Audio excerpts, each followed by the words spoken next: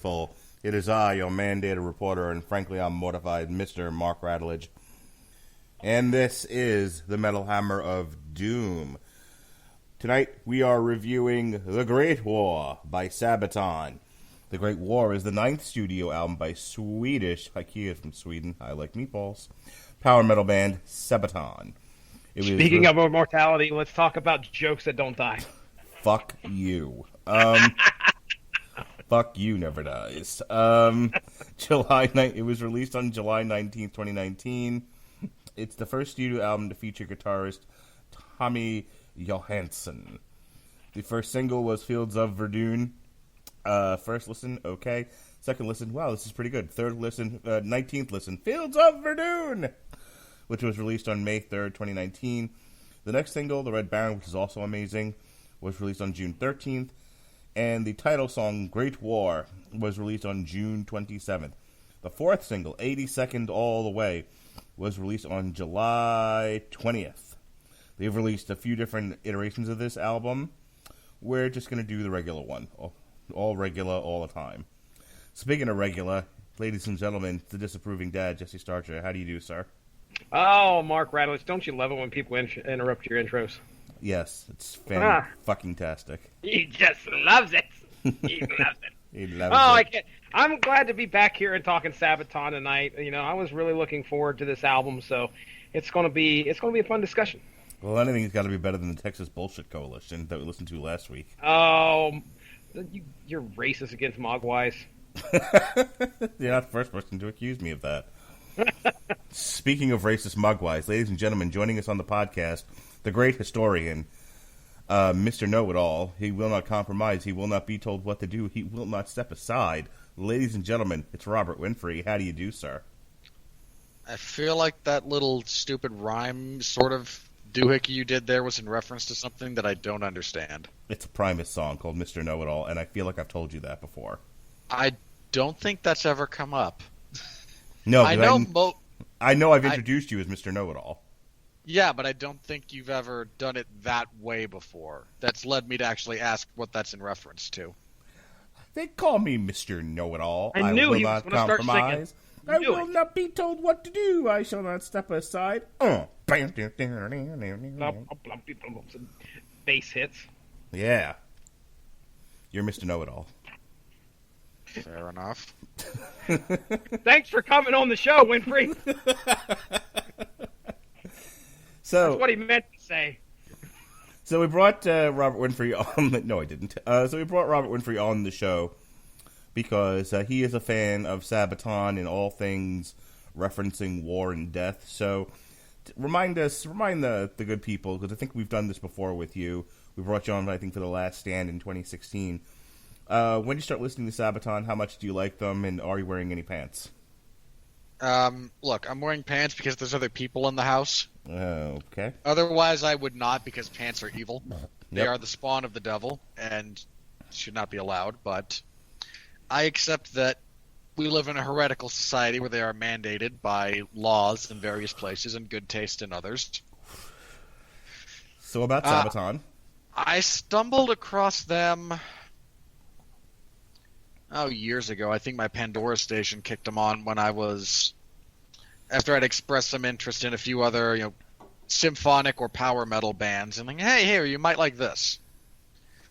And it turns out that the algorithm was correct. I did, in fact, like that.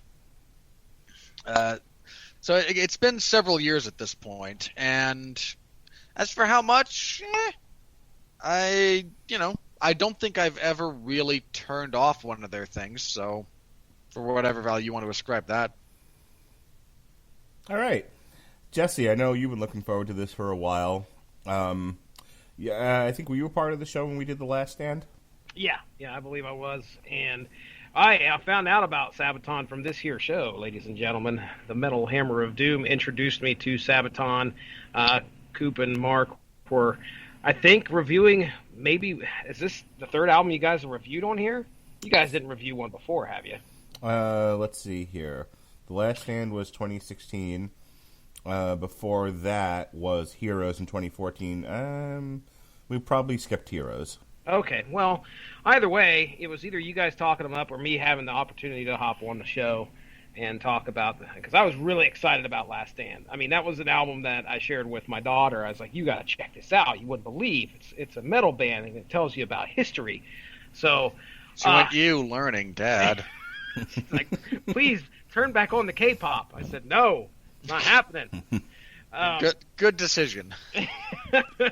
So anyway, yeah, and here we've been waiting for a new Sabaton album to drop, and we get 38 glorious minutes of Sabaton here. Let's see. Yeah, let's talk about it. All right. Well, let's not waste any more time because we spent the first 45 minutes doing other stuff, not having a podcast. So it was Mark pouting. All right, let's be real about what that was. Okay, I still think we should be doing Flash Gordon, but I'm not going to waste time on the podcast. No one agrees with that. Everybody Literally agrees no with I that. lived a whole lifetime in that 45 minutes. I swear. By the way, I'm now You thinking are not wrong. I'm going to check the plot synopsis for Beastmaster and see if that one works. In the meantime, Trying to fit it in, just trying. in the meantime, let's go overhead to our first track of the evening. This is The Future of Warfare.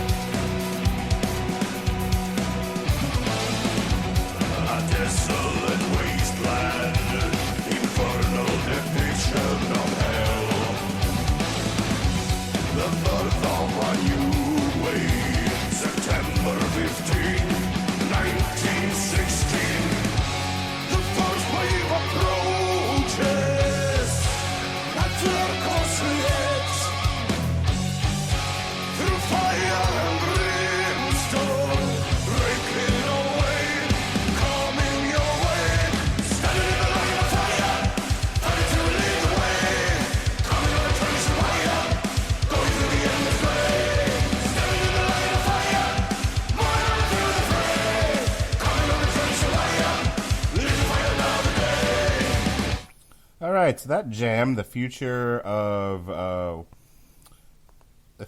warfare, was actually about tanks in the battles of Flers-Courcelette and Villers-Bretonneux. What do you got for me? I don't know how your French is somehow worse than every other language you have butchered, but boy, is that bad.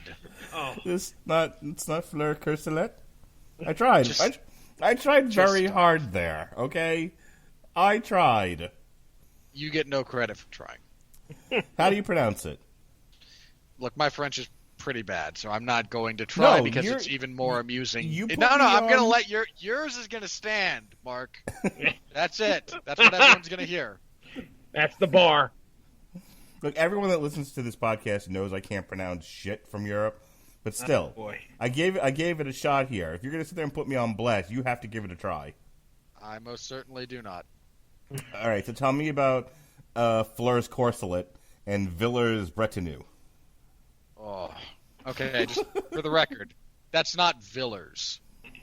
How do you pronounce it? I believe that would be Villers. Villers? Okay. Tell me about Flanders and Villas, Vanilla Britain. Oh, God, you hurt my soul.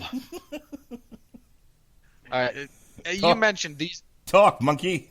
Every Wednesday, Robert Winfree. Every Wednesday. Dude, you have nothing to complain about. You do not know my pain. All right. You know what? As you mentioned, quit your bitching. You've now bitched so much about the kitchen. Quit your bitching about the kitchen. hey, I got it off the schedule. I win.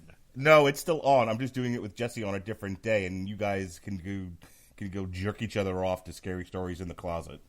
As opposed to you attempting to derive some form of pleasure on any sort of level from the existence of Melissa McCarthy. Correct. What are you doing? I'll take What are you doing I'll take for? mine. Whoa, what are you doing it for? You're the one doing it with me. Yeah, I know. But I'm probably going to. Now you Winfree. will know my pain.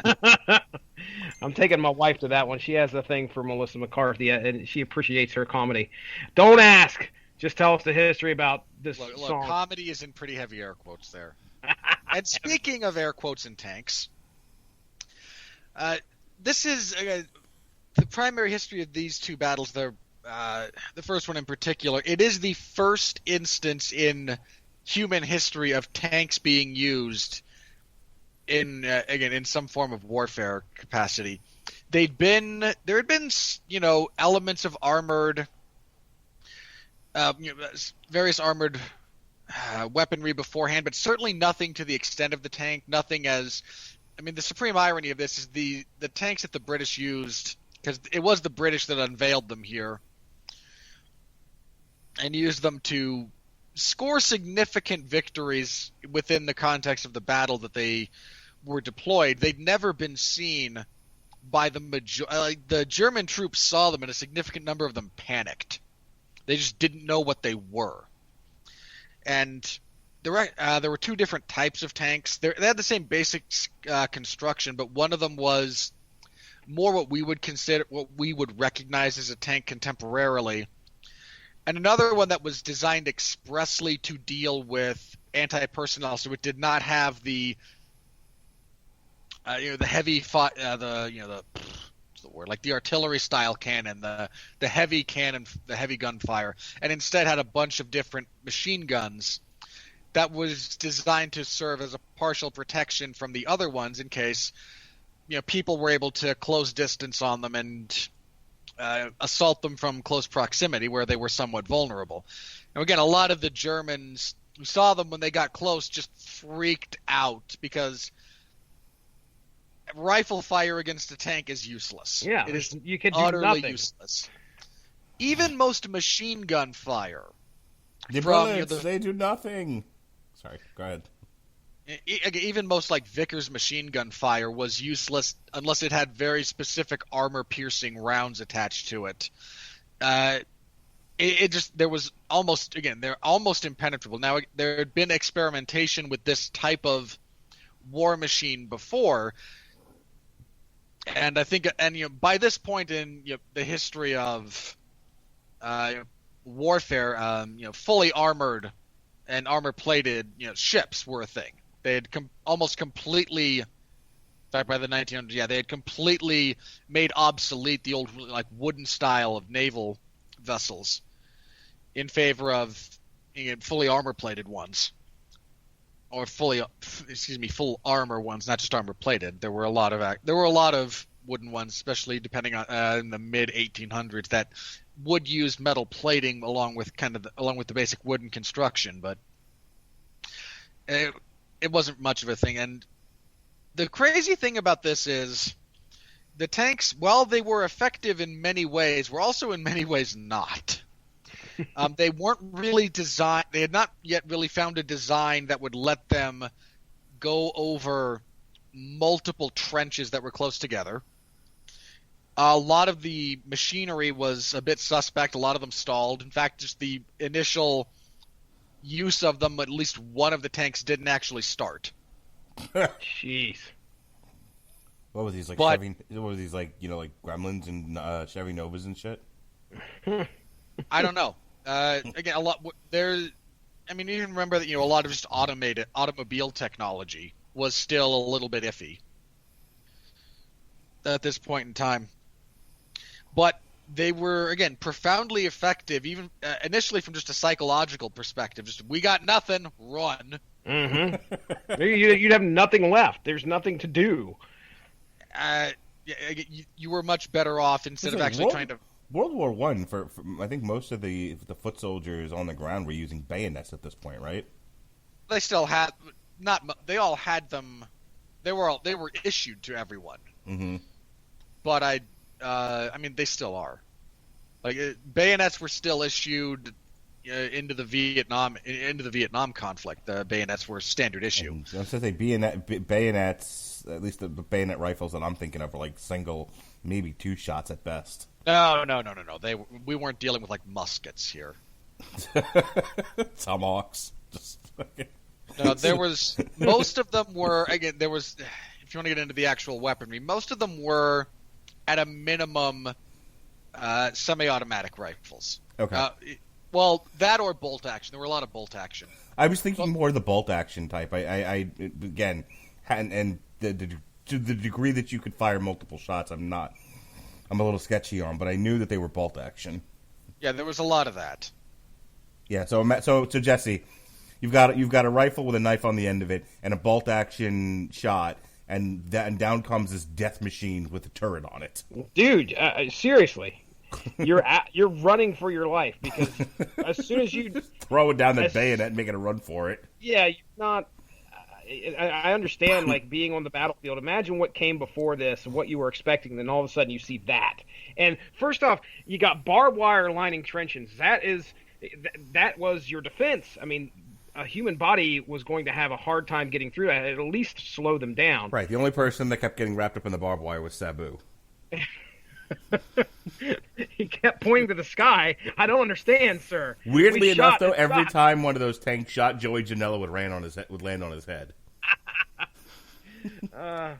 So yeah, these things were made to obviously just bypass any mode of defense. Well, again, they did in some respects, but in others they struggled. They struggled with elements of the terrain.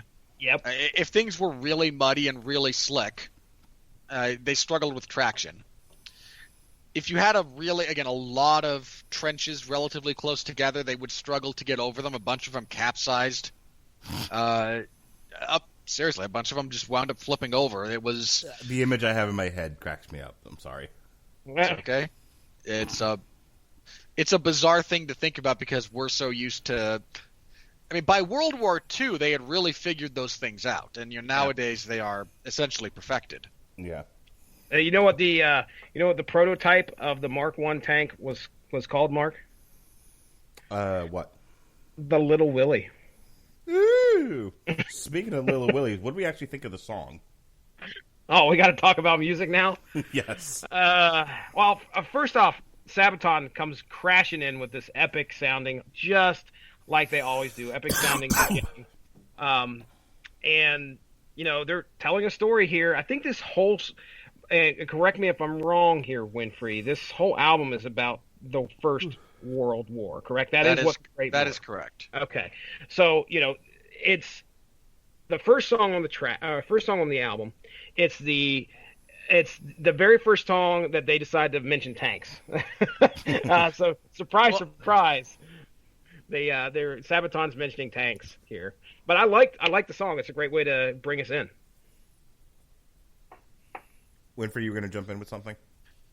Well, I was just going to say that, it's a much longer part of the discussion, but World War I was, what I'm going to talk about there fits better with a few other songs later on, so I'll put a pin in it for now.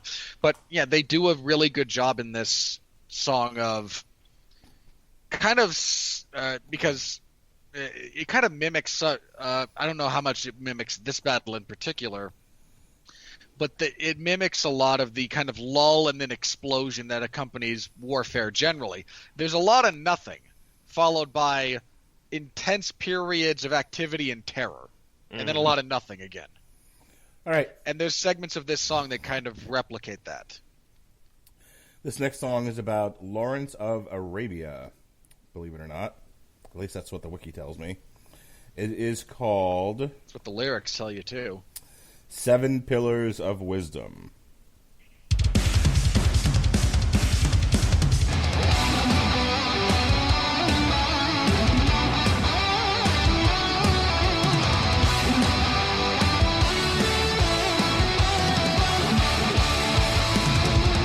Far from home, a man with a mission. In the heat of the glistening sun, in the heart of nature's tradition, this man's journey has only begun. Lead the charge, a raider has entered the battlefield. Sabotage, the game is about to unfold.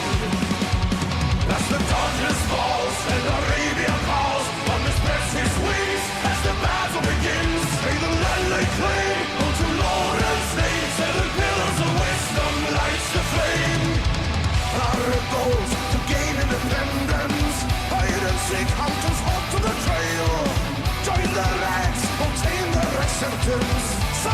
irate the ultimate grave. Lead the charge, speed of Medina, Damascus calls. Sabotage, demolish the bridges to dust. As the darkness falls and Arabia calls on the precious wings, as the battle begins, they the land they claim unto Lawrence name, seven pillars of wisdom lights the flame. That song is bad fucking ass, man. I mean, I know we're gonna hear a lot of history, a lot of education going on, but if you're just out for rocking with your cock out, this song's a good song to do it to. That's pretty amazing, don't you think, Jesse? I agree. I do like this one. I don't know shit about Lawrence of Arabia, though. I hate both of you. You are you joked about me being culturally anachronistic. You are. The fact that neither of you have seen Lawrence of Arabia. No, we're not culturally anachronistic. We're both pretty culturally hip for middle-aged men. What we are dumb. You're the smart one. Take it or leave it. This was only a giant blockbuster of a movie. Yeah, but it was more than 5 years ago. Fuck it. From what I understand, wasn't this the one that was like extremely boring? Everybody else, I'm just December 16th, Wow. 1962. I'm looking at it right now. I have no idea. So again, Yeah, Jesse, it was the Ishtar of its time. maybe that's what I'm getting it confused with is Ishtar. My bad.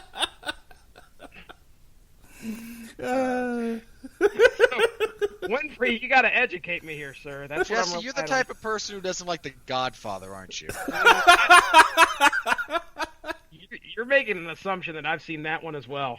No. At this point, I assume you. No, I'm not giving you that much credence. Lawrence of Arabia, damn it, tell me. But I don't even know where to start if you guys don't actually have the fundamental basics of this down. So I'll try to be very brief. First of all, go see this freaking movie. Okay, well, it's about a guy named Larry who goes to Saudi Arabia, right? Yes. It's about, that's actually his last name. It's about a British military. I forget what his rank was. My apologies. A British military person. He had some actual ranking. He was an officer by the name of T.E. Lawrence, who was embedded with the locals in Arabia. It would become Saudi Arabia, other parts of the Middle East, to try to sabotage elements of the Ottoman Empire's supply lines that were feeding them, again, troops and material through the, either up through the peninsula itself or down into the Mediterranean, so on and so forth. And he was there for a while, was very successful at what he was sent there to do. Again, I really do have to encourage everyone to see the movie starring, I believe it was Laurence Olivier. It said Peter O'Toole. And... Peter O'Toole. That's it. My mistake. Yeah, We Peter O'Toole's in it. What if we just did a watch along to Ishtar? Here's a reference that Mark will understand. Alec Guinness is in it. Yeah. Alec Guinness. Is this the one where he plays an Indian, or is that a different movie? No, that's a different movie. He's one of the Bedouin chieftains in this movie. Okay, what am I thinking of where he plays the Indian? I don't know. Because I might have actually seen Lawrence of Arabia when I was in college, if that's the case. You probably did, and just are so racially insensitive. You're confusing the cultures. Well, considering everybody in the class thought it was racist that he was playing anything but an old white guy or a Jedi. Again, further proof that the American institutions of higher learning have been dog shit for decades now. I'm looking this up. A Passage to India. It's a 1984 British-American epic historical drama film written directed by blah, blah, blah, brings into their acquaintance the eccentric elderly Hindu Brahmin scholar, Professor Narayan Godbole, Alec Guinness. Yeah, which is a different movie entirely. Okay, that might have been it then. Whatever. Anyway, yeah, he destroyed a lot of supply lines. He took a couple of... There was at least one major fortification. It was definitely A Passage to India. there's at least one major fortification that he was responsible for destroying and the changing of hands on that was considered nigh impossible in many respects. A lot of the some of the title of the song, actually, Seven Pillars of Wisdom, comes from it's the title of one of his books that he authored. He's largely responsible for the capture, the liberation of the entire Arabian Peninsula from the Turkish influence. Well, the Ottoman Empire, which nowadays would become Turkey. The Ottoman Empire encompassed several different individual countries, Turkey being one of them. Turkey was just the... I was under the impression the Ottoman Empire became IKEA. Oh boy. Jeez.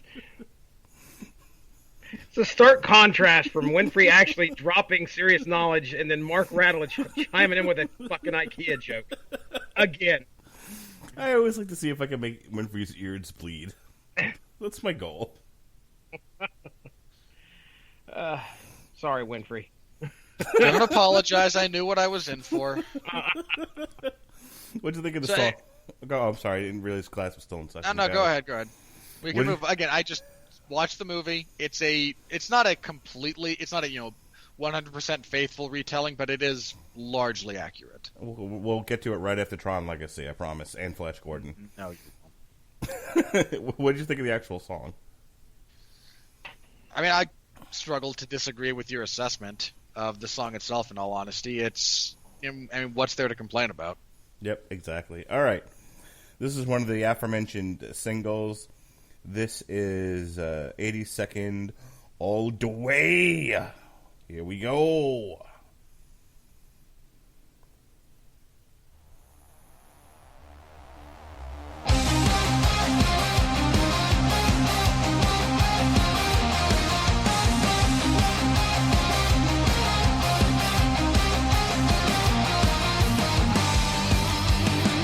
In the draft of 1917, a man from Tennessee. Overseas to the trenches he went, from the land of the free. Into war he brought two things along, a rifle and his faith. Joined the ranks as a private assigned to 338. There, on that day, Elvin York entered the fray, saving the day, 82nd all the way. Into the fires from hell they are gone.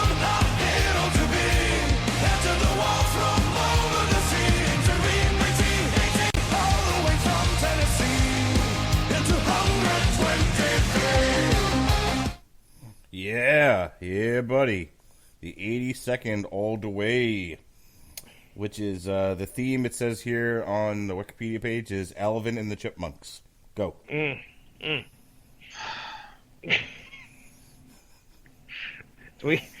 At what point do we apologize to our listeners? They know the buy-in at this point. All right, hit it. I really don't know why I should have to even begin recounting the story of Alvin York, but because nobody knows who the fuck he is. Go. Because Mark is ignorant of history and therefore doomed to repeat it. Again, Alvin York was an American serviceman. He was promoted throughout the course of the war to the rank of sergeant. He is, hence the colloquialism of Sergeant York. I mean, there was a movie made about him in 1941. That was and here, so that Mark will actually pay attention to that statistic, it was the highest grossing film of the year. Yeah, it hasn't beaten Gone with the Wind. Who gives a shit? Starred Gary Cooper. He won the Oscar for Best Actor that year for that role. Anyway, he was he was an American serviceman. He was drafted, and initially, there's some kind of conflicting reports about this. He initially just was not all that interested in fighting because he grew up within a Protestant faith that, while it wasn't actively pacifistic in terms of its preaching, that was kind of the mindset he adopted. Throughout the course of boot camp, he struggled with that. He counseled with a few people in his life, both in the service and out, and decided that God wanted him to fight and would protect him if he did so, as he was supposed to do. And he again started to serve with no reservations beyond that, to the best of my knowledge. Okay. He was the big thing. Let's start with the big thing here. The instance that earned him the Medal of Honor took place on October 8th of 1918 during a specific offensive where York's battalion was supposed to capture Hill, and you hear this in the song, Hill 223. Wasn't that the show with the all black cast where they lived in like a part of I think it was Harlem? It's 227, sir. I get him confused. I'm sure you did. He was, while not solely responsible, there were other men in his unit. He was principally responsible for the capture of 132 enemy combatants. The destruction of at least one major German machine gun nest that allowed the battalion and the subsequent army to actually take the hill in question, which was a pretty significant strategic value. Did he get the machine gun eggs? What? I don't understand your reference. You said that he captured a machine gun nest. I was wondering if he also got the eggs. Oh, jeez. Oh, No, it was out of season. gosh. Perfect. Jesse, why are you embarrassed of me? Oh, You really shouldn't have to ask. He was this was very famous. This was at the time he enjoyed a lot of notoriety during his lifetime for the heroics he put forth on that. And this song again details elements of that. And frankly, if I ever do something worthy of having a song written after me, I hope it's half this badass. yeah, this guy, the Medal of Honor is no joke. I mean, that is something that's bestowed upon some of the most prestigious. It's the most prestigious honor bestowed upon people who have done some crazy heroic actions. I'm reading just a little bit through the wiki on what happened on October 8th, and there's this one sentence here, or a couple sentences. During the assault, 6 German soldiers in a trench near York charged him with fixed bayonets. York had fired all the rounds in his M1917 Enfield rifle, but drew his M1911 semi-automatic. I'll try that again. For the Semi-automatic. love of all that's holy, he drew the Browning model 1911 semi-automatic pistol that was pretty standard issue, and he killed all of them before they got to him. Gunned them down. I mean, jeez, Louise, that's amazing. Amazing stuff. Very good. Mark Radlich is impressed, and the He's song's not. good too. The song's good too. I have to say, so far, I mean, we're here really to talk about the music, though it's also good to get some insight into what these songs are about. Sabaton's all about history of war. No, I and mean, I'm fine. But that's where I was going with this. So I'm fine with it. But I mean, I think it needs to be said that we're about 3 tracks into this. We're up to the 4th track, and so far there's not a dog in the bunch here. These are all really solid. I don't think that one wasn't my favorite. I got to be honest. The first 2 there, The Future of Warfare and The 7 Pillars of Wisdom, I liked more. But 82nd All the Way is not a bad song. Not by any stretch. Not too shabby. Well, this No. next one gets crazy. All right. This next one's about Oswald's Fortress. Oswald, of course, being the Penguin. This is.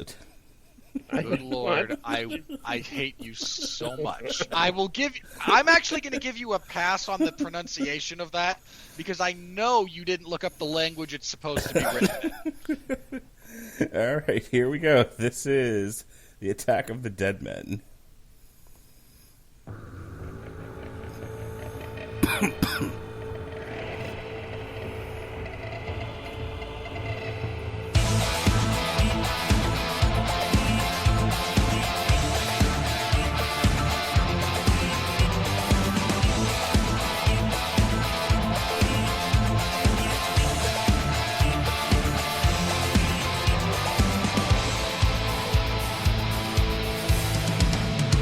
Turmoil at the front will henceforth asunder hunt.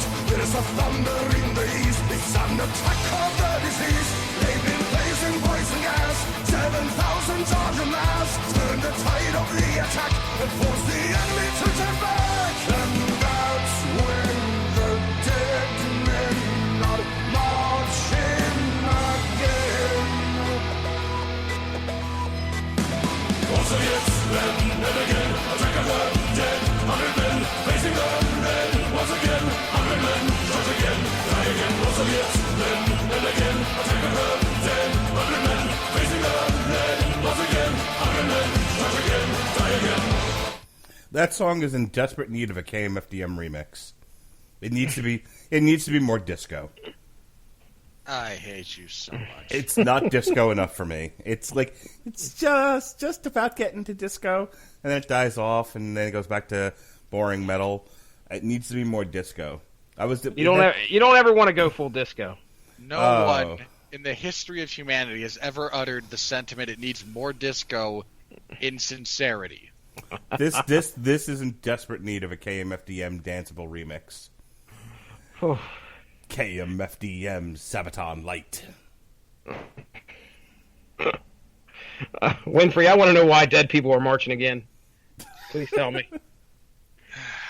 I'm seriously debating just how silly I want to get with my answer to potentially get Mark Radlich to not be himself. You can try, but my wife still hasn't found the answer to that one. Yeah, but your wife's less invested in that process than I am, I think. All right, the incident in question takes place around Auschwitz Fortress, which is it exists in what is now Poland. And I think Poland did in fact exist during this part of World War I. Poland's had a weird history, man. It has just been broken up and dispersed by different people, by different other empires at different times. I want to say Jared Diamond included Poland in his book Collapse, which was about like the end of civilizations and like the patterns that emerge. And it was either that book. I think I've read that actually. It's a really interesting book. I just act dumb and I don't have a great memory, but I've actually like read smart stuff, and I've read a bunch of Jared Diamond's books. Anyway, I don't know if it was that one or another one that talked about like Polish Congress being one of the weirdest political bodies in the history of like politics. Yeah. Anyway, it was in Poland. This was a battle that took place on the Eastern Front, and it was a very contested location for a while. It lost all of its strategic value by the time World War II came around. The Germans just ignored it, basically. Some technological advancements had allowed them to just kind of bypass the geographic choke point that it was meant to kind of command and defend. But what we're talking about here actually took place on August 6th, I believe, of 1915. And again, the fort itself had been under siege, more or less, from September of 1914 up and through August of 1915. And some external fortifications, trench setups were the key thing here, because if the defenders, primarily Russians and there was the Russian army, and there were militiamen as well. If they could keep the Germans far enough back, they were out of range of their artillery bombardments. When the Germans were able to push forward far enough, they got into operation, and then artillery fire was exchanged. The incident here, the Germans decided, you know what, screw it, let's gas them. And they launched not a joke, they launched a bunch of chlorine gas in conjunction with their artillery bombardment. I don't know how far along exactly that bombardment went on, but after the bombardment, there were about 7,000 men making up this particular division. There were 12 battalions, so a full division, basically, of German soldiers that advanced through the trenches up towards towards the fort. They were met by a countercharge of somewhere between 60 and 100 survivors from this bombardment. And they were – I don't know if you've ever seen what happens to people exposed to chlorine gas. I don't know. But after the ramen that I had for lunch today, my daughter was accusing me of of giving off chlorine gas, and her eyes got very watery.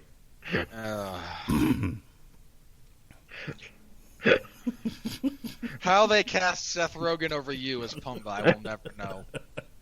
He tried. But they were so unsettled by, despite being significantly in the strength numerically, like 7,000 to 100, massive numerical advantage. But the Germans panicked just due to the visuals of these guys charging them. And the reason it's called the Charge of the Dead Men is they were dead. Like that much exposure to chlorine gas, congratulations, you're dead. What are you going to do with your last minutes of life? Surprise! You're dead! Ha ha ha! It never ends. And these guys countercharged 1,000 advancing Germans, got them to panic. I mean, there were a few of them that were reported to actually be coughing up blood as they're charging. Gosh. So it looks like something out of a horror movie. The Germans decide, you know what? Enough of this. Turn around and head out, and there were enough remaining Russian guns still on the fort to open fire on the fleeing Germans and essentially decimate or destroy that. Might actually full on annihilated that particular battalion. What's amazing about this story is that essentially a battalion of dead, was it Polish? Who had breathed Russian, who had breathed in like chlorine gas, fought off a battalion of Germans. We have people in the United States who are still saying things like, I joined the military to travel the world, I didn't expect to fight. We still have people in the United States who don't like the idea that someone out in the world might be able to fundamentally express a position that they disagree with.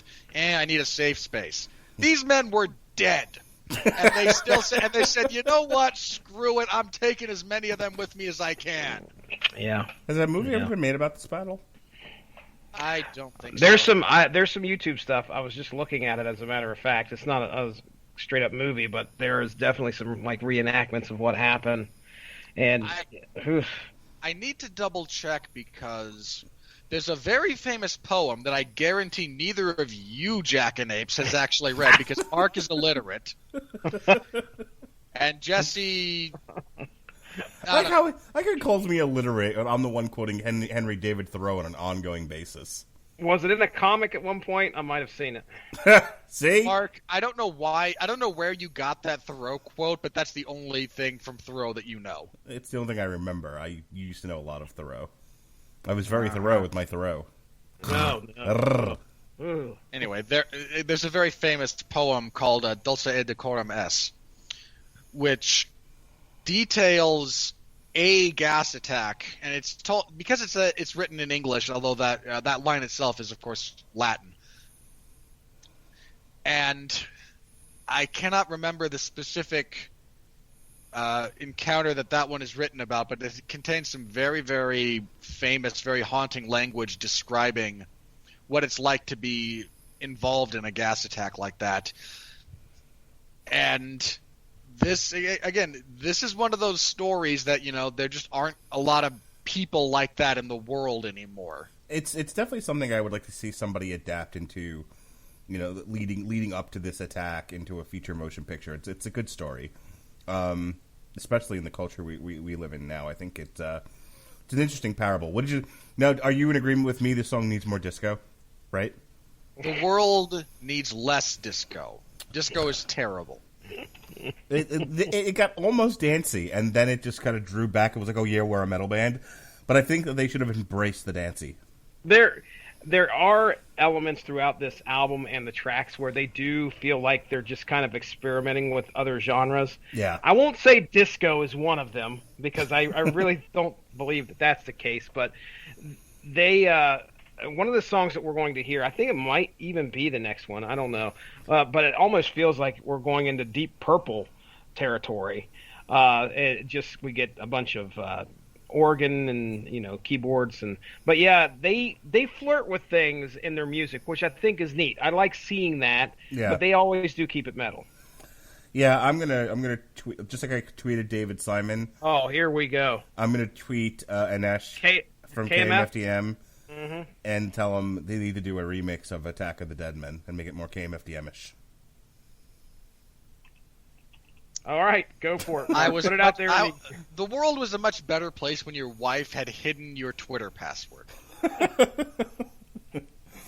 Speaking of hiding things from me, this next song is called Devil Dogs. Devil Dogs.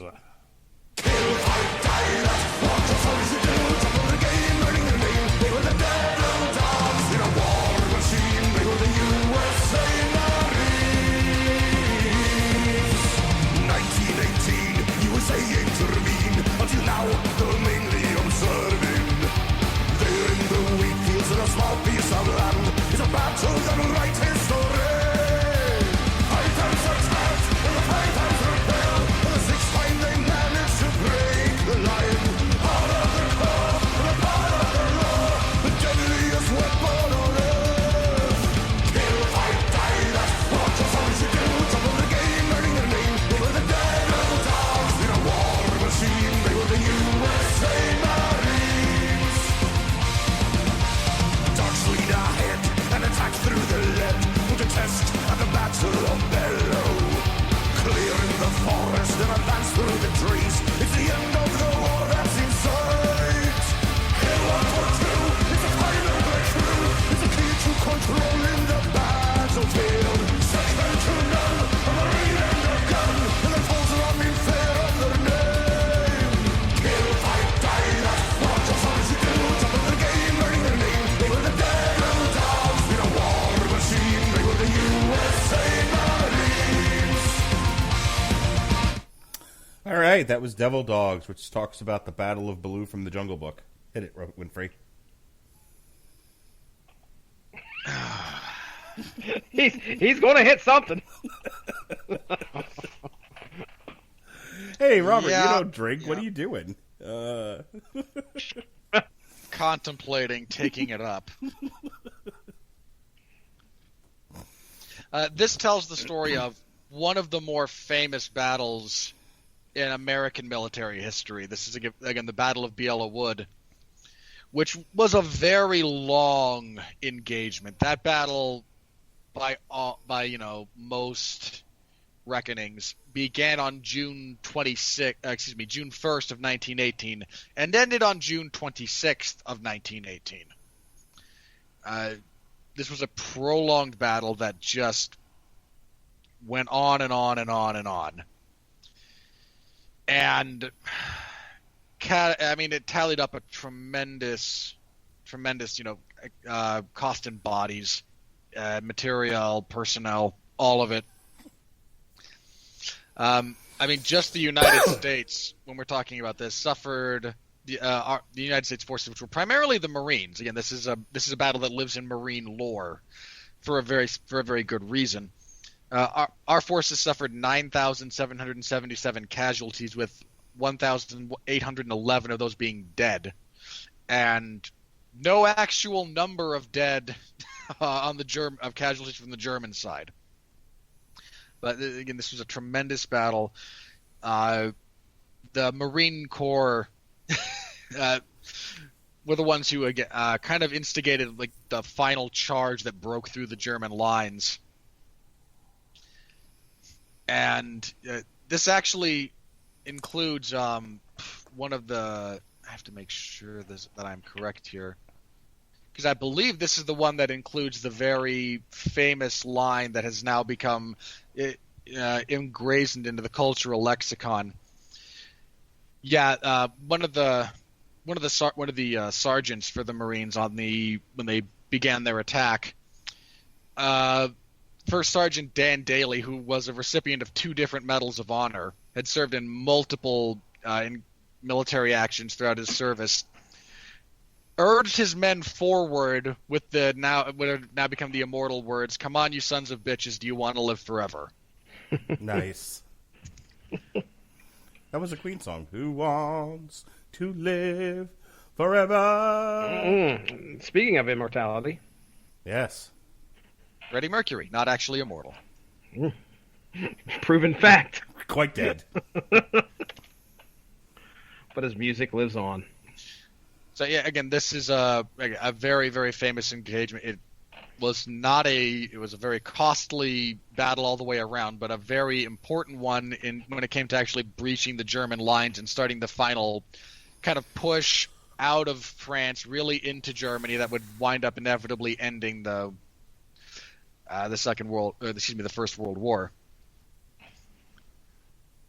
And somewhat apocryphally, because there's not a lot of there's some dispute about whether or not this was an actual part of the German lexicon at the time, but the Marine nickname of Devil Dog was supposed to have sprung out of this battle where the Germans referred to them as that. And now it's a tasty pastry. You hear a little bit of the lyric there that the deadliest weapon in the world is the United States Marine and his rifle, which is a direct quote from General Pershing after this battle. And now the most deadly weapon in the world is diabetes. Also not true. Well, what do we think of the song, Jesse? This was my least favorite. And it's not because that man. Not because of the content. It was something that I just couldn't. I didn't like the sound of it. I mean, I was not impressed by the sound of it. The lyrics, I can always dig a Sabaton song because of the history that they're displaying throughout their lyrics. And granted, I mean, Marines are badass. I kept thinking about Captain America, like doing a USO show from the first Avenger during this. Okay. Like, that's what it evoked in me. Okay. Well, I mean, I guess I could see that. But yeah, I think, in my opinion, I think this is the weakest track off the album. I mean, I don't think there are any bad tracks, but it's not the best track. Okay. Any thoughts on the actual song there, Winfree?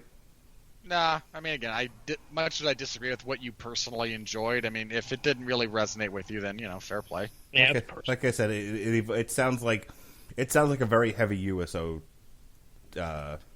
stage song. All right, this next song is about Snoopy's worst enemy, the Red Baron.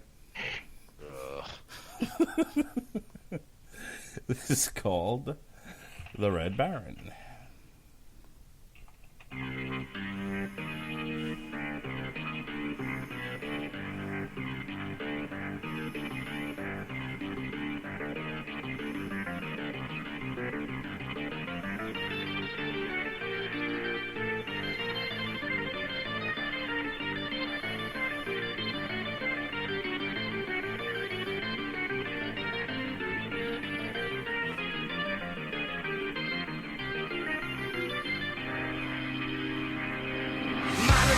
Nothing there in between. The flying circus and the man from Russia.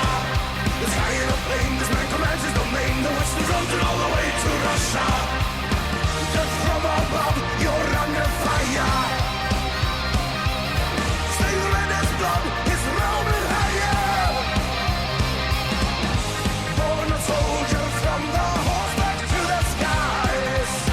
That's where the legend will arise. And he's flying higher, the king of the sky. He's flying too fast and he's flying too high.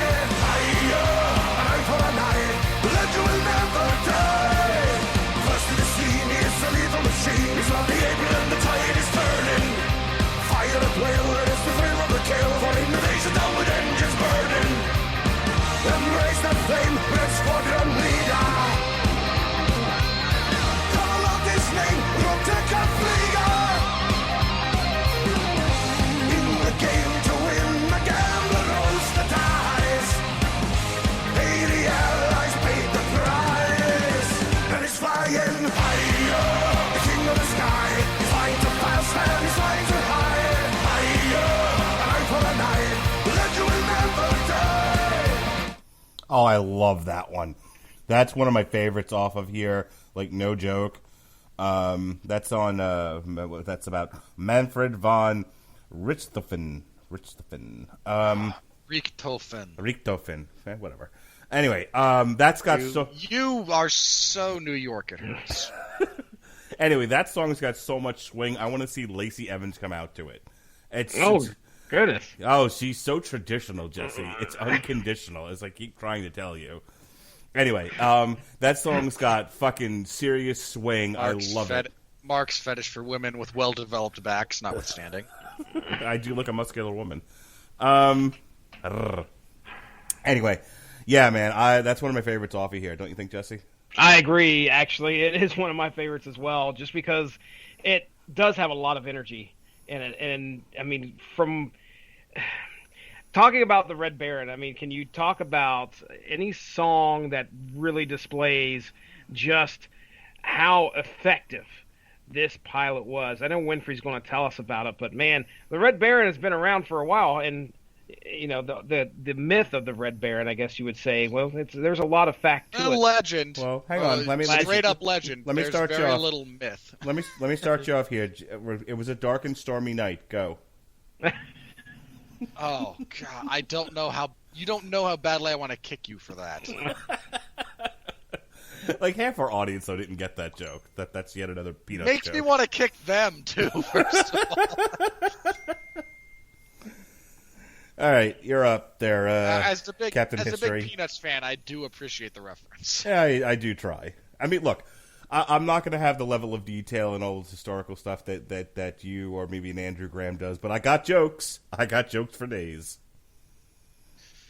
I mean, there's so much to kind of unpack when we're talking about. Can you do it in 50 words or less?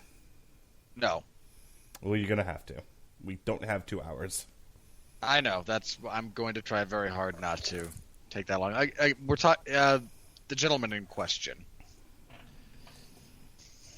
Manfred von Richthofen, was again mentioned. He's actually Prussia. He was Prussian, which is not a country that exists anymore. Well, the Kingdom of Prussia is part of the German Empire. The German Empire was disbanded largely after World War I, somewhat reincorporated after in the lead up to World War II, and then after World War II, Germany was split and then reforged later on, et cetera, et cetera. He initially, when he joined the military, was a cavalry officer because mounted cavalry was still a thing in parts of World War I. A horrible, horrible thing. We lost a lot of good horses that day. You have no idea. No idea. He transferred into again the Air Force, the burgeoning Air Force, because I'm not entirely sure why. There's a little bit of there's some questions around that, but he moved into it and displayed a tremendous aptitude. He's regarded as the ace of aces. Just throughout all of World War I, aerial combat, he was the standard to which all pilots measured and aspired. He racked up a grand total of. Let's see if I can find the number here, actually, because he had a tremendous number of victories. They said in the song, it says 80 allies paid the price. So. And I think there's a bit of dispute around that, but that is basically the number. Okay. Again, there is some debate around whether or not he got full credit for some other fighters that were downed by his other members of his other wing or his squadron at the time. Again, so we'll never really have the full detail, but 80 is kind of generally the number that gets thrown around. How accurate it is, is the subject of ongoing debate. But that's a tremendous number of straight up success in aerial combat, especially early aerial combat. Much as I hate to give James Franco credit for existing, there is a movie that he stars in called Flyboys, which, while not a great movie, some of these sequences depicting World War I aerial combat, because it is the story of some of the first Americans that went over prior to America's actual official involvement in World War I. That there were Americans who went over kind of either as a sort of observers or voluntarily who participated in that program. And it's the early aviation is crazy in general. Early aviation, when you add in gunfire, is absolutely insane. So that movie is not in some respects, it's not historically accurate because it doesn't actually. A lot of individuals are kind of left out or made up, but the aerial combat itself is very engaging if you want to try and get a loose feel for what it would have been like. And again, the Red Baron is just a giant figure in the history of aerial combat, in popular culture, and was able to best Snoopy consistently for several decades. And you know what? That more than anything else. Yes. All right. All right. Hey, I just wanted to quickly point out something here, that with this particular song, one of the things about Sabaton is they sing about the heroics and the crazy shit that happens in war. You notice we're talking about their songs revolve around all sides that are fighting in this war. Germany, Russia, all these sides that are coming together throughout the Great War, and I think that's there's actually a song in one of their previous albums that talks about a very relatively small Brazilian force from World War II that held off a significant advancement of the German army. Yeah, their music is about I don't want to say glory, but I mean it is. It really is the glory of actually being able to survive, and the survival sometimes as well of warfare. So that's what I really like about the band. The fact that it doesn't seem like they take sides. It's more about how they, tell the story of some just absolute insane stuff that people. They pay honor to the horror and heroism that is endemic of warfare. Exactly. All right. So this next one is, of course, named after it's the nickname of World War I, the Great War, the war to end all wars, Great War. It says here in the wiki, it's about the suffering in World War I, specifically in the Battle of Pasadena. So here we go. Oh, God, no. Just no. Here we go. Great War.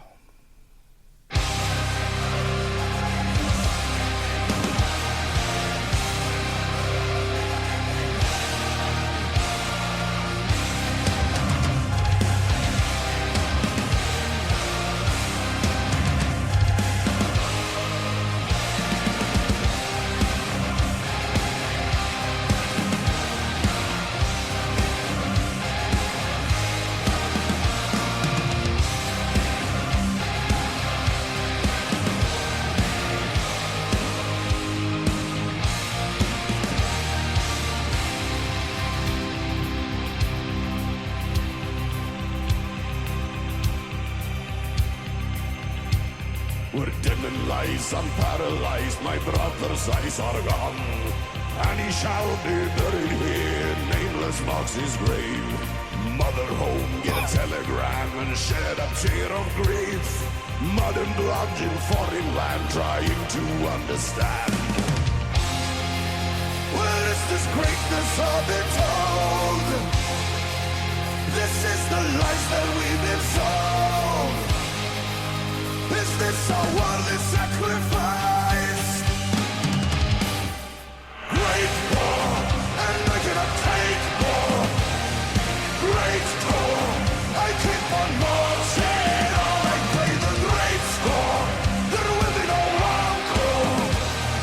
Great war, the one to end all wars. We're getting a little samey, don't you think, Jesse? When I listened to this album like the 3 or 4 times that I did there leading up to this review, there were a couple times I remember initially going, okay, Sabaton, you sound like Sabaton. Let's move on. That's where I'm coming from. Where nothing's bad, nothing necessarily stands out as what's this. Here's the problem: it's kind of like a heart rhythm monitor where it like spikes with something amazing, and then it's like, yep, everything here sounds like Sabaton. Pretty even line, and then it spikes again with something amazing. Winfree, tell me about the Battle of Passamaquoddy.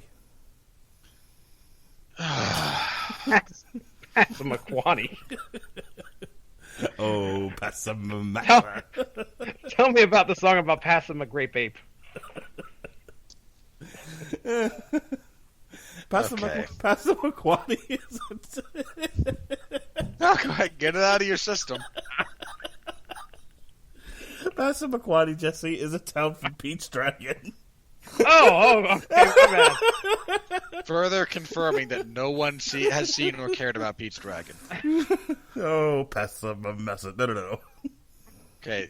First of all, the Battle of Passchendaele, and I'm probably mispronouncing that, my apologies, is actually the third battle of Ypres, which was just a series of bluffs, or a city, rather. I have to double-check some of this, because it takes place in Flanders, which was at the time, I believe, like its own little sub-country before being incorporated by Belgium, though I might be mistaken about that. It still has a weird thing where it's like half Dutch, half Belgium, and exists on the border of those two. But I believe is that nominally part of Belgium from geopolitical structure.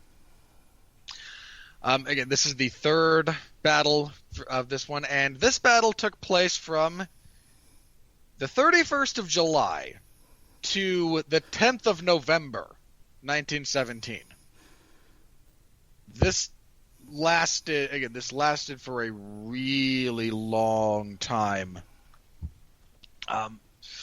Belgium as a country is actually the reason for World War I as it was propagated, as it took place, but if you want to get really into the history of that, we can get into that later.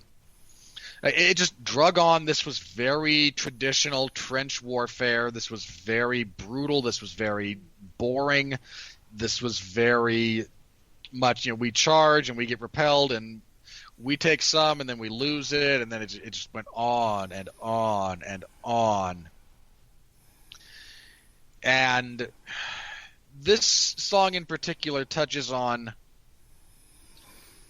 they refer to this as the Great War because this was the first time we had truly two things. One was the scope. Prior to World War I, there had been wars that were... there's actually a bit of a historical joke that all wars, in some perspective, were world wars because they encompassed the known world. They just didn't know all that much of the world.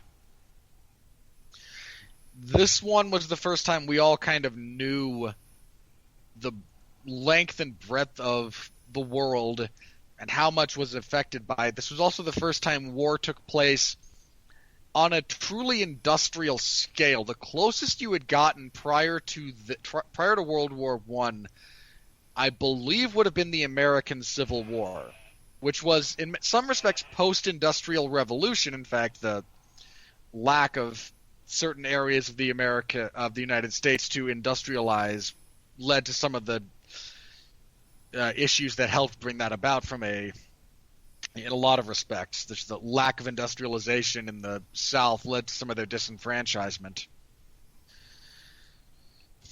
And this was the first time we got a real societal look at what the new technologies made capable from a warfare perspective. And the reason they called it the Great War was that they couldn't actually imagine something of when I say greater, I don't mean, boy, that's great, but of larger scale than what took place.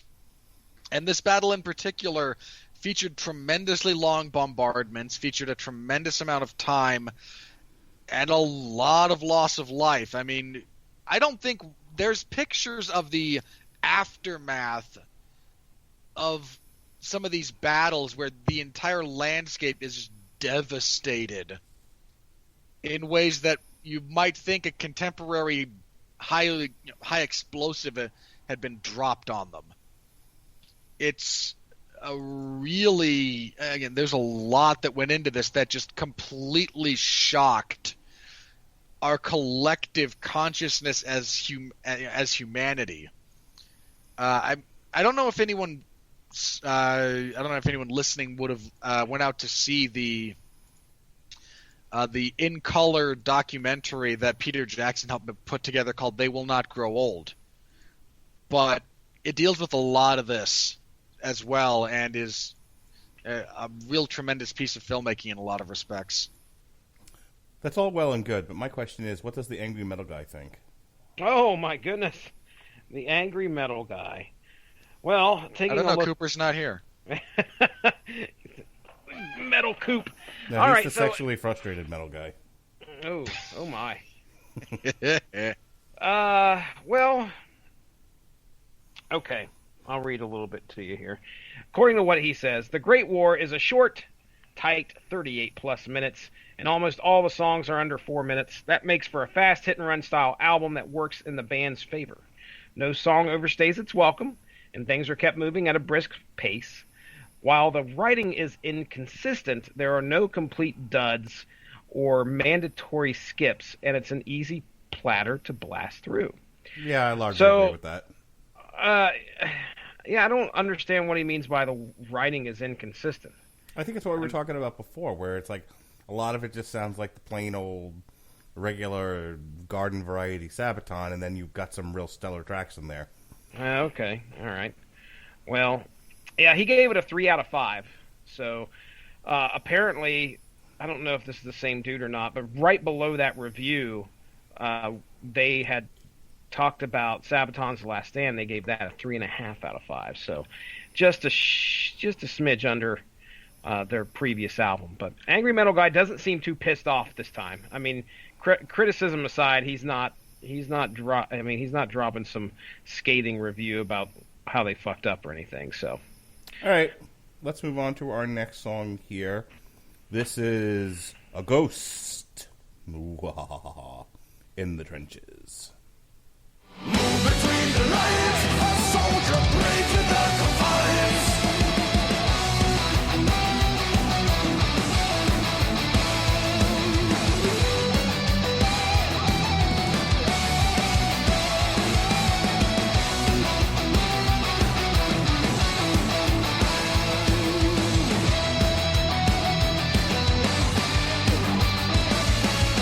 A force to fight from overseas, a war in foreign land, await the eager recruits.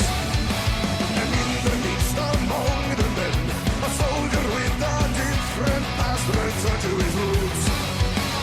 Into battle, the gas has them been. Then this soldier invoked the spirits of the wind. Under fire, a ghost that rules the battlefield.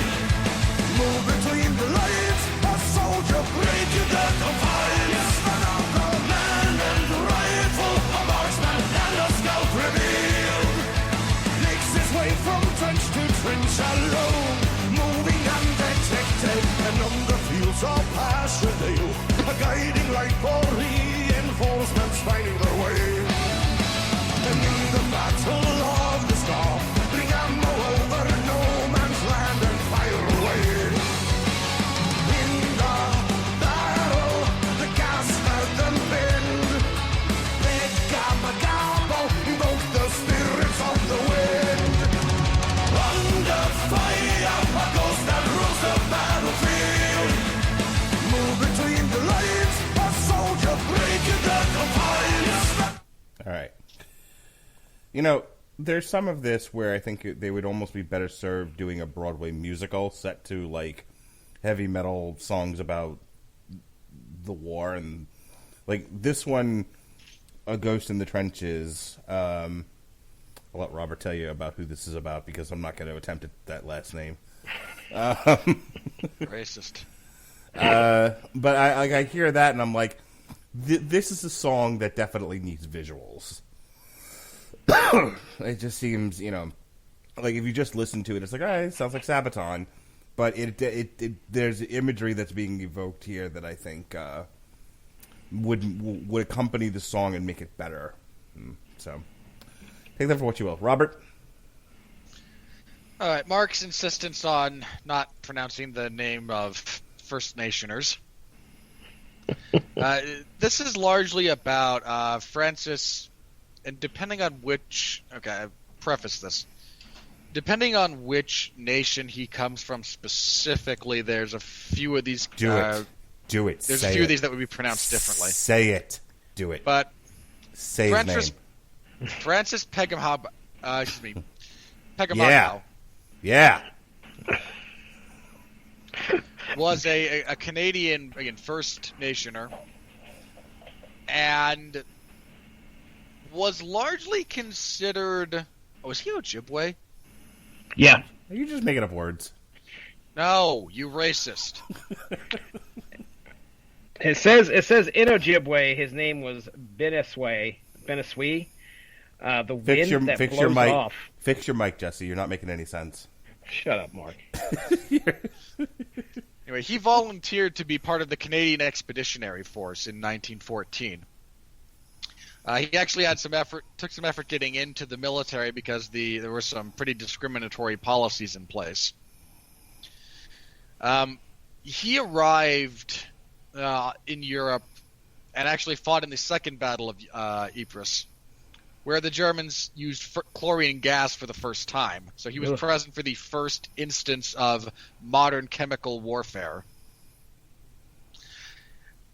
Survived, is largely credited as being the most successful sniper and scout in the entirety of World War I. He fought for the entire war, for the entirety of, again, from almost all of it, from 1914 to 1919, I believe. He is credited with... I mean, first of all, he has received every major Canadian military award that exists. Like, he's got them all, I think. He's credited with, I forget how many... here it is, 378 kills. Wow. And 300 captures or so. He attained the rank of Sergeant Major, which I think has a slightly different positional hierarchy than Sergeant Major does in the American Armed Forces, though I could be wrong. What about Sergeant Pepper? Yeah. The worst thing ever made. He received, I think, all of them except for the Distinguished Conduct Medal. Might not have received the Victoria Cross either. I'd have to double check that because some of these have changed over the years. But received a number of specific commendations. Survived the whole thing and fought for the vast majority of it. Became a politician and activist back in Canada after the war ended. His service time was up. Tremendous. Some stories that have come out about this guy. He was responsible for going through heavy machine gun and rifle fire into the traditional no man's land and retrieving enough ammunition for his group to stave off a heavy offensive by the Germans. That actually was the one that got him his second bar on his military medal. He is one of only 39 Canadians to have achieved that. This guy did a lot of stuff. Tremendous heroism that he displayed. And was in some pretty pivotal battles along the way as well. So definitely an impressive record of service and an impressive human being. Very impressive. All right, this next one is our first single. It's the one that Jesse and I did a Metal Hammer of Doom extra on, which had the most amazing comments ever. How many dead people you want in this video? Yes. Ladies and gentlemen, one of the best tracks on the album. This is Fields of Verdun.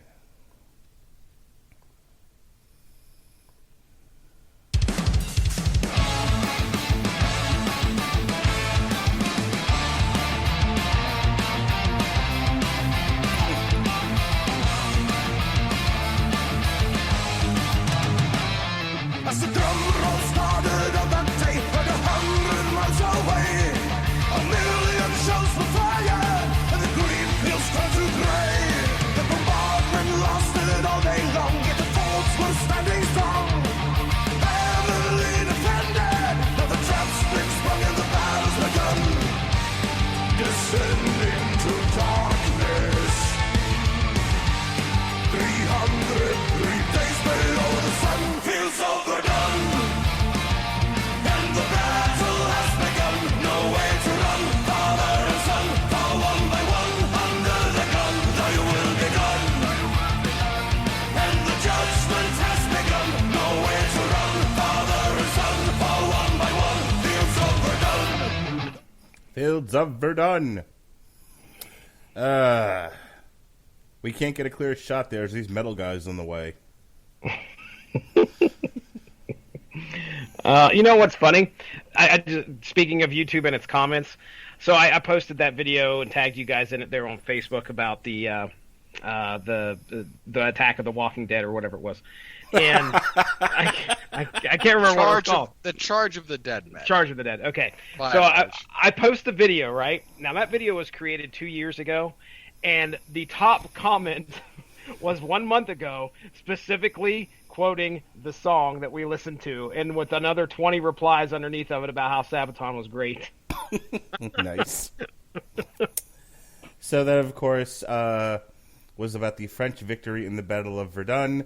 They didn't pass, as the song says. They tried to pass, they didn't pass.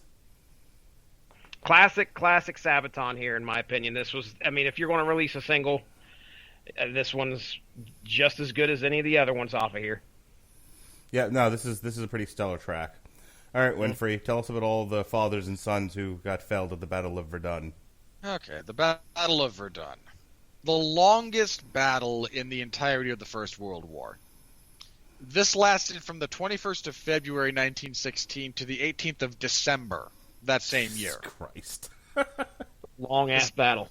This battle lasted 9 months, 3 weeks, and 6 days. I think if you mathed it out, it's a little over 1,000 days. Sorry, not 1,000. My mistake.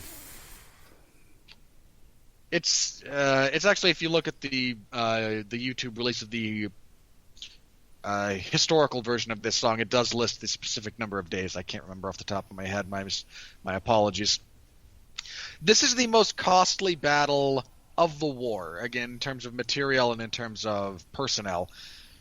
There's some discrepancy about the number of casualties and losses. Originally, the battle lasted for 303 days. It is the longest battle in human history, and one of the most costly as well. Again, there is some dispute. I believe I think the most common accounting of the loss of life arrives at a total casualty count of 714,231. Teacher, I have a series of stupid questions. All right, go for it. 1. After about the first month of trench warfare, you're telling me we couldn't get air support or tanks into this? Did not. They existed.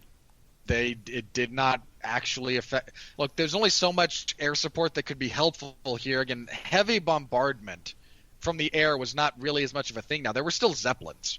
Right. Tanks did exist, but again, we're talking early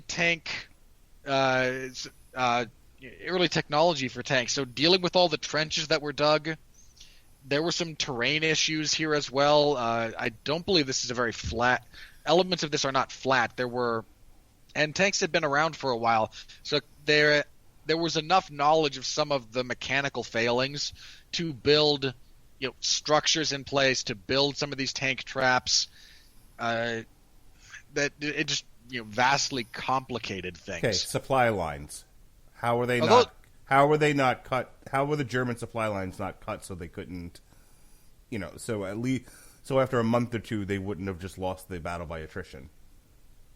Because this is part of one of the when you look at the battle lines that are drawn for this, they cover the front as such covered a tremendous amount of distance. It also, if you were to try to go behind, the notion of cutting supply lines, while a very valid thing to do, also tends to require the ability to maintain position. Otherwise, you're just harassing. Mm-hmm. And so again, a French force trying to break through some portion of the German lines to get further behind them to then harass their supply lines would have. I mean, just trying to break through the lines in general was such a catastrophic, not failure, but it was such a massive undertaking that you'd rather just try to break the lines generally and force them into a more sustained retreat than to try and get a group behind to then realistically try and do something about the lines of supply. Okay, what It's about a lighting really everything? difficult thing. What about lighting the battlefield on fire? You think they didn't? That still didn't work, huh? Dude, a million shells. There was so much artillery fire over this. I mean, again, there's another, for the record, there's another list of casualties that it was proposed in 2014 that listed, I believe, 976,000. Gosh. And if you count some of the the damage to the city and some of the resulting humanitarian issues in there, it climbs further to a little over 1.25 million. Jesus. So what inevitably broke the Germans to after 9 months of this? Just attrition. It was just Okay. they could, and other failures in other parts of the line, allocation of resources. It's again, this is one of those battles that is still studied to this day because of how long it went on, the mistakes that were made on both sides, strategic decision making. It was a lot of just you take. This was the battle that had featured a lot of, okay, you will take this stretch of 300 yards. And the associated trenches, and you'll move your artillery closer, and you'll try to fire further, and then a little bit later we'll push back and we'll take. It was fighting over a lot of the same ground. I'm actually really surprised that aerial bombardment didn't work. Well, again, you didn't really have heavy bombers. The technology just wasn't quite there. Yeah, this was the time of fucking, like we said, Red Baron. Again, if you biplanes.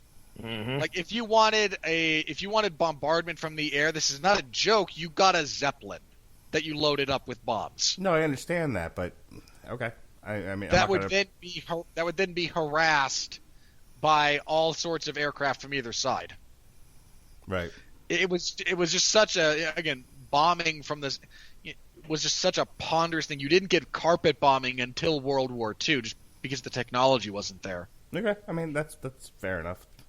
I was just going to say, I'm reading the last sentence of the wiki here. The French took 11,387 prisoners and 115 guns.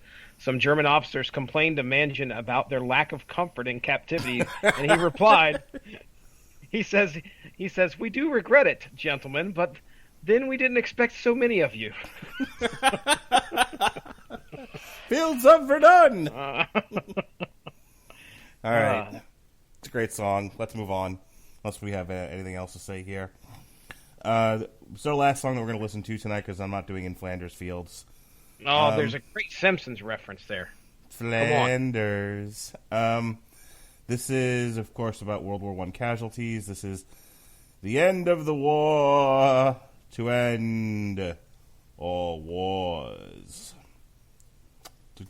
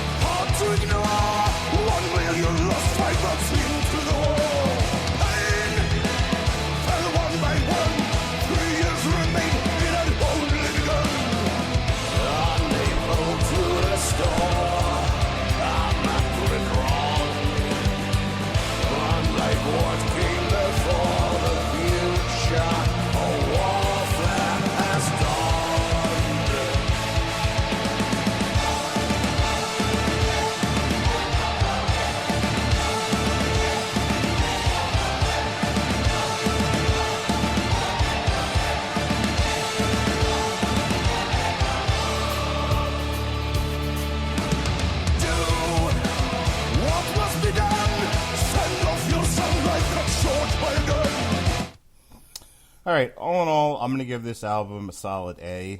I mean, really nothing bad about it. It's solid to great. I wish there were a few more standout tracks to it, but it is what it is. Okay.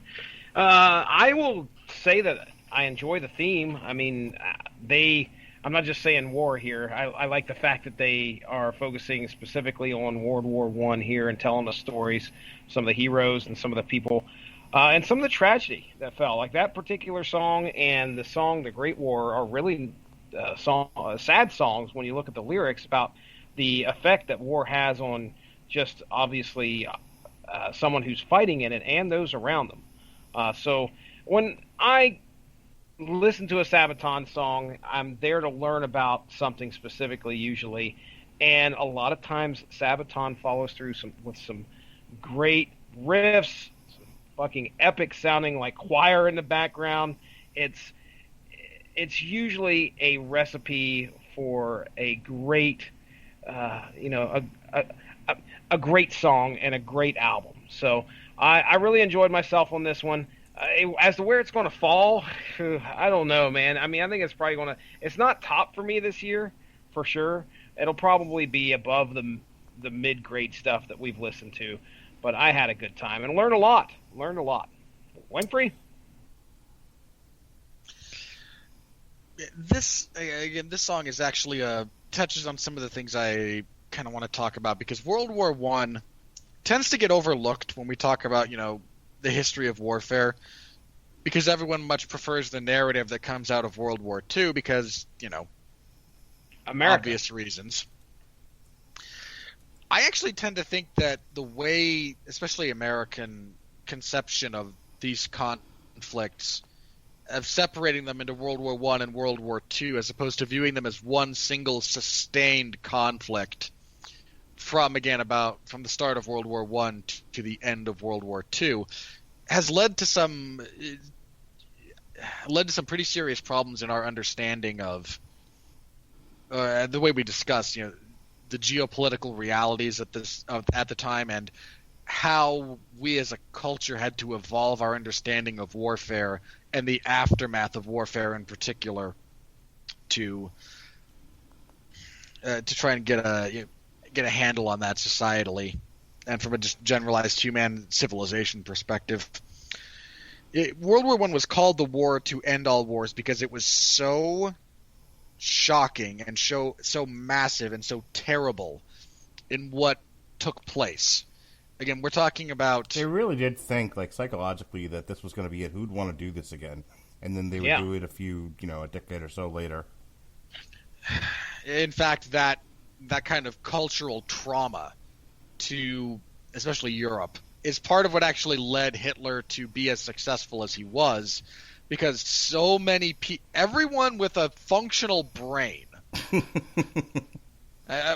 everyone who's not in some degree damaged or insane looked at this and went, there's a lot we need to do so that this never happens again.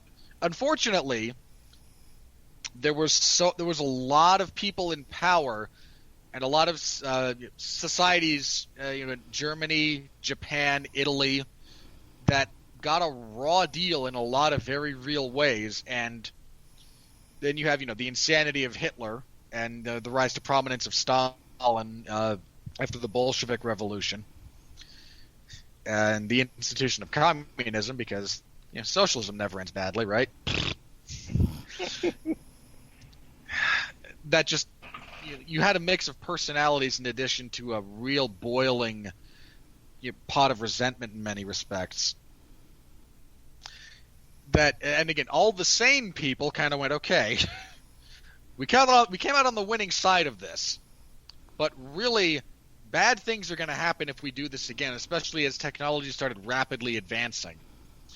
That again, there were significant portions of the governments of Europe that just went, to avoid this again, let's just give Hitler a few things, and he'll stop because he was a soldier in World War I. He knows how terrible this is. He's not going to want to. No, he does.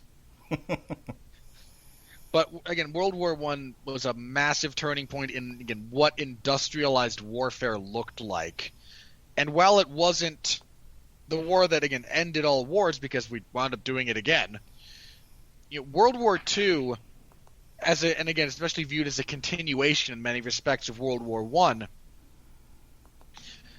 it did, in fact, in many respects, end all wars. We talk a lot about, conflicts that have arisen since. And don't get me wrong, war is still a thing. Conflict is, for God's sake, Somalia has been in a state of civil war for the past, 20 years. This is not a thing that has gone away. Warfare as a product of the human condition still exists. But if you look at the scope of large-scale warfare since World War II, it does not exist nearly on the same scale. Again, there have been conflicts. We're still involved in some. The United States, that is. There's plenty of others. Again, there's huge regions of the world that are not politically stable.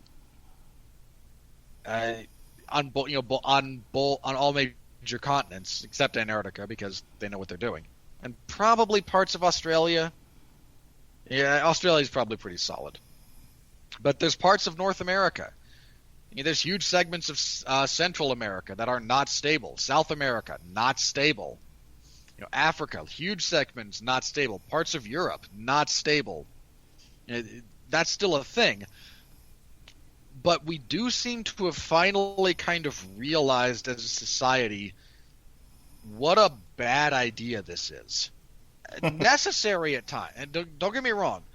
I'm of the opinion that, military action, especially large-scale warfare, should be the absolute last resort.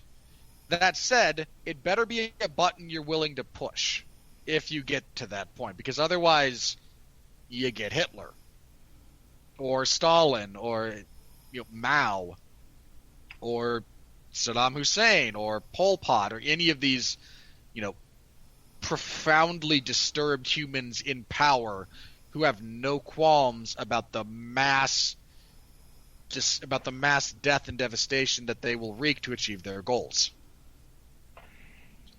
And this song is a kind of a lament to that notion that we fought. A lot of people thought after this war, again, this is it. We're never doing this again. Well, not so much.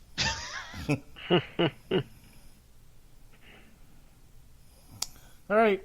I think that's. And also just very briefly for the record. Oh my God! Don't take such long pauses. I think you're done, Sorry, and then I try to end the damn show. I was seeing if there was something else you wanted to touch on.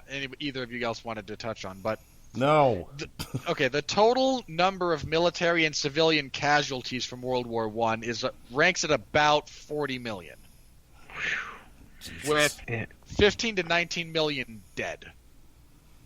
It is among the deadliest conflicts in human history. And this was one of the first times, actually, because around 2/3 of the military deaths actually took place in battle. Whereas in most previous conflicts, death was associated with the disease from infected wounds, bad amputations, etc., that came about after the battle itself took place. It's rough stuff. Mark Radulich, send us home. All right, well, I want to thank... yeah, it's time for me to go. Goodness. I want to thank Robert Winfree for coming on, sharing all his vast knowledge, showing that Jesse and I are a bunch of dullards. It's fine. It's all good. You don't need me to show you that. Look in the mirror. Tomorrow on TV Party, Jesse and I will talk Cloak and Dagger Season 2. It's a weird fucking show, man. Yeah, it is. Yesterday, myself, Alexis Hana, and the aforementioned Robert Winfree did a review of The Lion King. It's great. The tiger says that. Prior to that, Jesse and I did a source material for Cloak and Dagger Shades of Grey. Next week, we've got DC Hanna-Barbera 3, where you get more of Robert Winfree. He's the judge. Here comes the judge. We'll do a review of Once Upon a Time in Hollywood, L7 Scat of the Rat, and an on trial for Jackie Brown. All right, Winfree, hurry up and do your plugs. I'm dying over here. You know what? No. All right. You don't need my plugs. I'm around. You guys can find me on Sundays for the 411 Ground and Pound MMA podcast. I host Damn You Hollywood most Tuesdays. I show up here on occasion, on TV parties on occasion. That's about it. I mean, you don't need an in-depth plug set for me. You guys should know where to find me by now. Let me just say that the week of the 12th, we've got a bit of a change of plans here. Myself and Jesse Starcher are going to do one compare and contrast like we did with Alan Moore Month a few years ago. We're going to look at the comic and then the movie The Kitchen. Damn You Hollywood will just be Robert Winfree, Alexis Hannah, and Jason Teasley, the prodigal son. That's P-R-O-D, not P-R-O-T. I'm a dope. The protocol son. Yes, it's the protocol son. Did you actually? Oh, you. Yeah. It was a mistake. You godless heathens. Fucked up.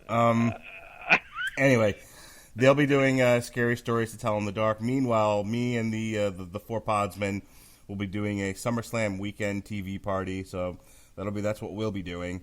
We got Slipknot, We Who Are Not As Others on August 14th. Sean and I will be doing Glow Season 3 on the 15th, and then just announced, unless I can find something better or Jesse gets off his ass and go get himself a copy of fucking Flash Gordon. No one should have a copy of Flash Gordon. Ugh, It is a blight on the cultural You're a experience blight on the of culture. humanity. I'm not disputing that at all.